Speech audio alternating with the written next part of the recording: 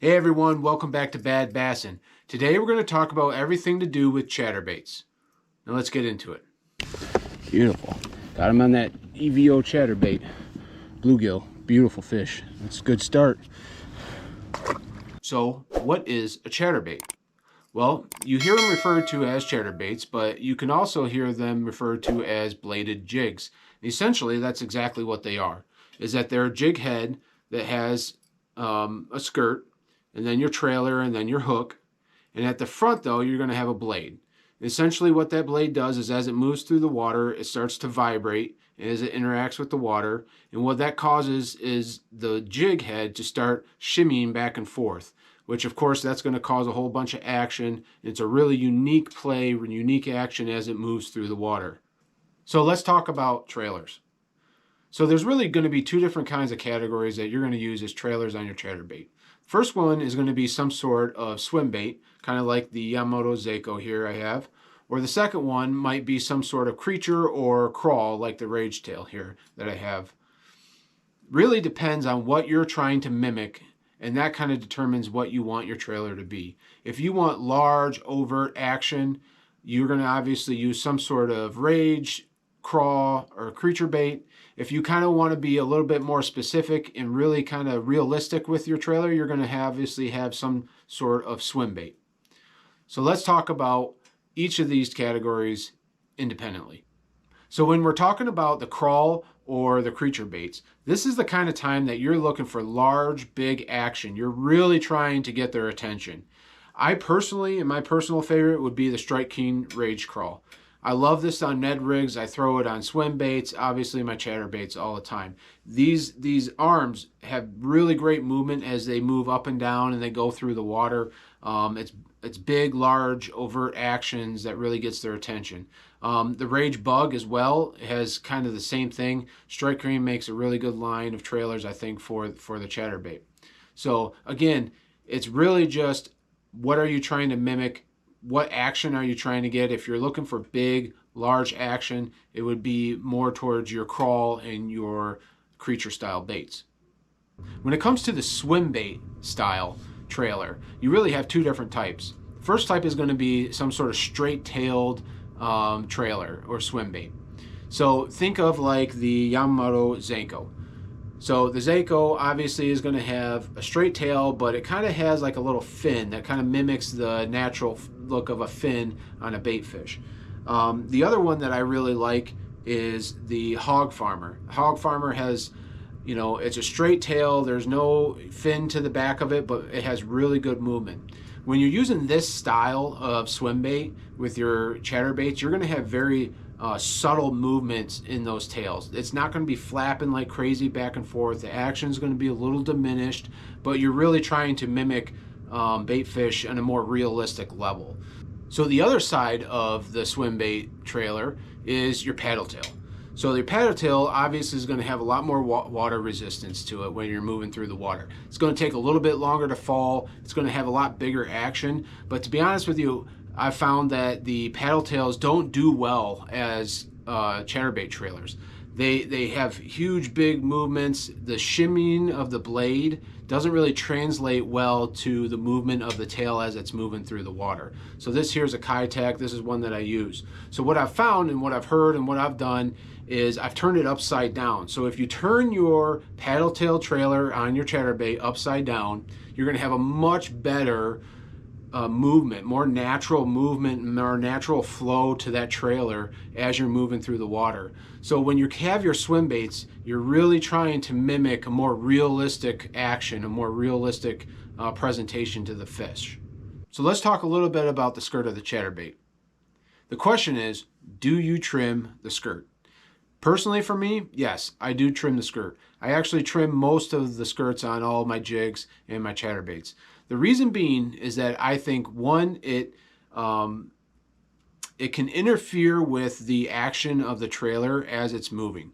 So if you have a really long skirt, now obviously every company's different depending on how it's made, but if you have a really long skirt, it can interfere with the trailer. It almost hides the movement of the trailer. Now think if you had that slim, straight-tailed, like a Hog Farmer trailer on there, and you have a really long skirt, you're really not going to see the trailer movement at all. It's gonna be really hard to kind of, you know, differentiate between where the skirt's moving, the trailer is moving. So that's one of the reasons I trim them. The other one is I just think a smaller profile is typically usually better.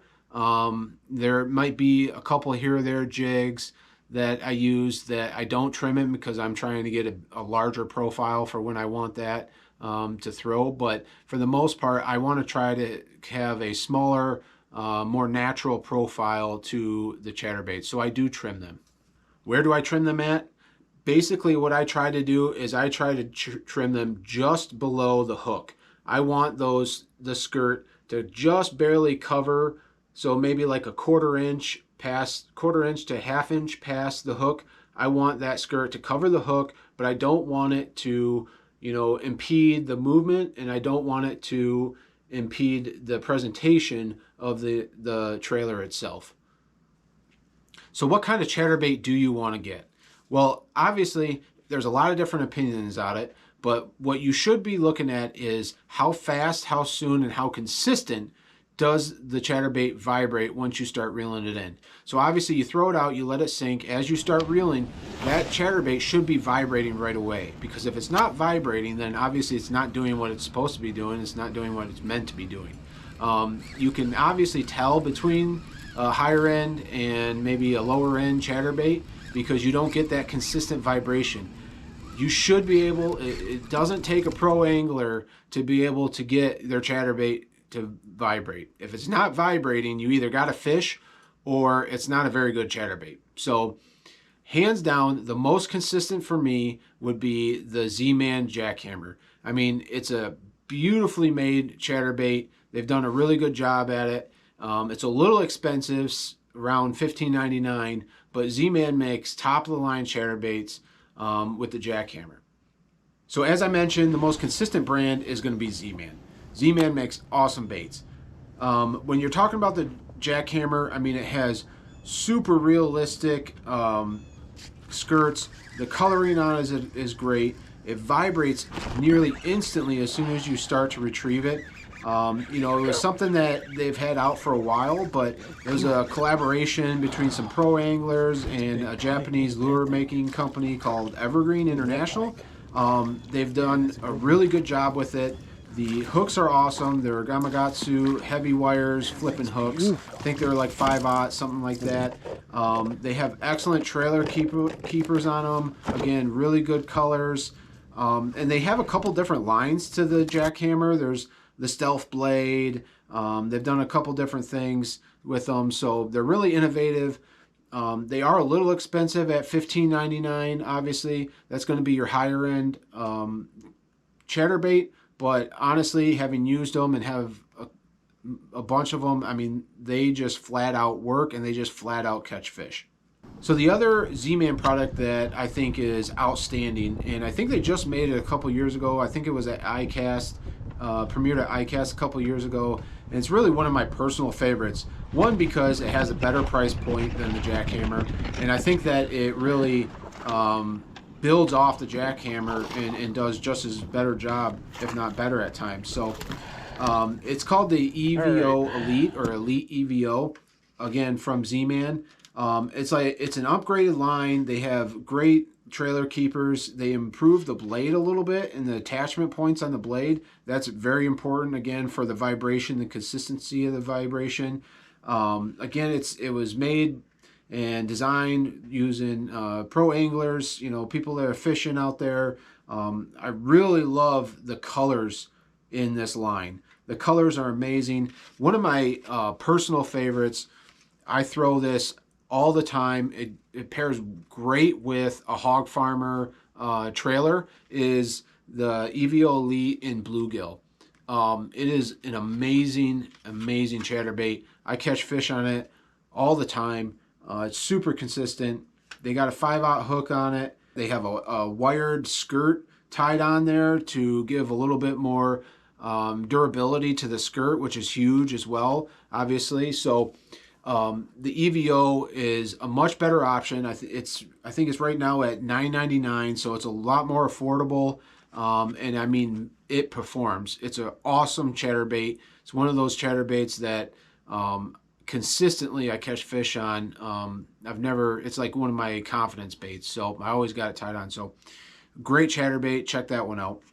So when it comes to what color should you throw or what color should you get for your chatterbait, I think you should honestly follow the basic principles of color and bass fishing.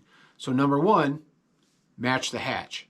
Know what body of water you're going to be on. Know what bait fish are in there. It's obviously going to be different for every body of water. It's going to be different for even the same body of water in different times of the year. But have an understanding of what is in there, what are they feeding on, and that'll help you out a lot. Number two should be water clarity. So if your water clarity is terrible and it's very murky, you're going to want a darker chatterbait. You're going to want something that kind of stands out in that murky, dark water. If your water is super clear, then you can get away with lighter colors. You can get away with translucent colors, more natural looking colors. And then look at, overcast. Look at the sun. Look at the amount of clouds that you have, the shades, that all comes into play as well.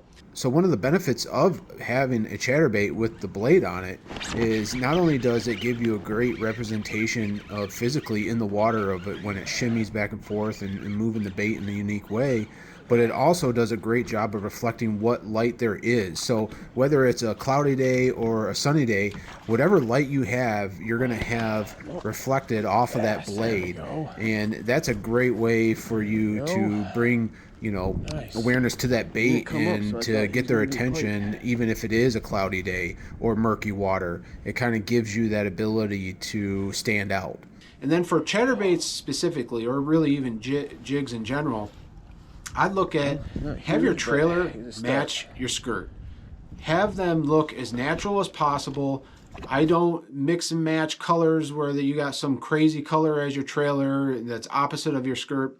For me, it's match your skirt, match your trailer, make it look as natural as possible, and I think that really helps you out when you're fishing.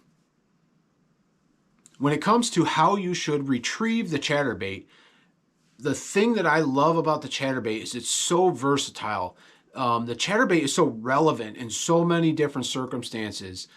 There's so many different ways to do it. You can literally tie it on for the first time, go out there and catch fish, and not even necessarily have an understanding of how to retrieve it. It does a lot of the work for you, and it's an awesome bait. So how I like to do it is when I cast it out, obviously it depends on where you're at and the water depth and everything, but I cast it out.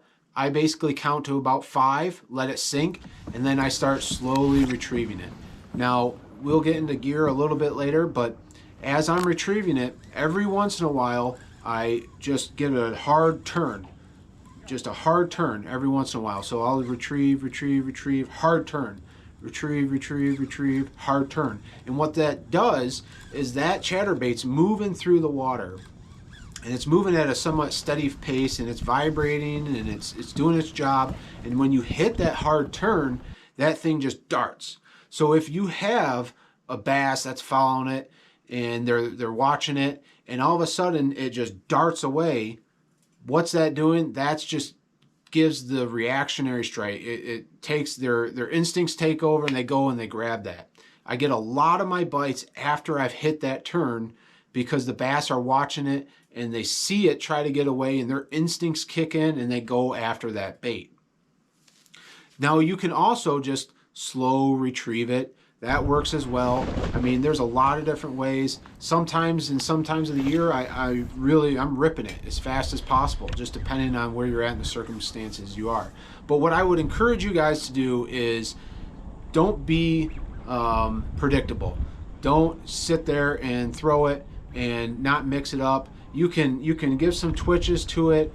You can do what I was talking about and really hit that one turn real fast every once in a while. But I would give it a little bit of action to it. I'd give it a little bit of play to it, mix it up, get something to just spark their attention. I think that really works the best rather than just your basic slow retrieve. You can do it, you can catch fish that way, but give a little bit to it. Don't go crazy. Sometimes I will retrieve it, I'll let it stop, and I'll let it sink for a little bit, and then I'll retrieve it again, and it just kind of gives that bouncing effect. Now, as you're retrieving it, how do you know when you have caught a bass? Well, obviously, there's going to be times that they're going to hit that and you're going to feel it, right? So you get something that bumps it, you're going to feel it. But when you have things like the Z-Man Jackhammer and the EVO, those blades, I mean, they're super consistent, right? So if you're feeling that vibration, because you'll feel the vibration in your line, you'll see the vibration in your rod. If you're feeling that vibration, then all of a sudden it stops. There's a decent chance that you have a fish on the line. Ooh, and that's the time when set that hook. Because you either have a fish or you got caught up in some weeds, some thick weeds. But I've had many, many times where when I'm reeling that in, I give it that pop and I start to reel it again and it's not going. It's because I got a fish and I set the hook. So again, they can really hit it, but it might just kind of be a dead weight. Because what those bass are doing is they're watching it. They might be swimming behind it. They might be following it. So when you give that hard rip of that turn and it takes that dark, they're going to come up and grab it. And sometimes they're still traveling with it, and you might not necessarily feel that hit or that thump all the time. So if it starts to, if it's vibrating and then it completely stops, there's a good chance that you got a bass on it. Set that hook and get them in the boat. So where do you want to throw the chatterbait? What I love about it is that it's so versatile. Like I mentioned before, it's so relevant in so many different circumstances. There's really not a place that you can't throw the chatterbait. I can do everything from throwing it as a search bait to kind of search and find some fish, to throwing it to target certain fish or to target structure, to target cover. You can even kind of bounce it off the bottom at times. So it's a super relevant bait. For me personally, I primarily use it as a search bait. I like to kind of search, cover a lot of water, find the fish, find the bass with the chatterbait. So what gear should you throw it on? Well, there's a lot of school of thoughts on it, and there's a lot of personal preferences into it. For me personally, I like to throw it on a bait caster, the Shimano Curado. I throw it with 20-pound braid to 15-pound mono. That's what I like to do. That's what most of my typical setups are. I like at least a 2-foot leader on it. I want a little bit of space between my braid and the bait itself. And then I use a medium heavy to heavy rod, fast action.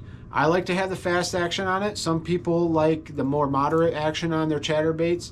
For me, I like to be able to control it with the fast action. So again, it's all personal preference. Your weight really depends on where you're fishing at. As you can see here, I have the Z-Man Evo Elite with a hog farmer tied on. That's what I last threw. I really like this bait. So make sure you like and subscribe. I hope you guys enjoyed. I'll see you next time. Please comment if you have any questions, and I appreciate it. Have a good day.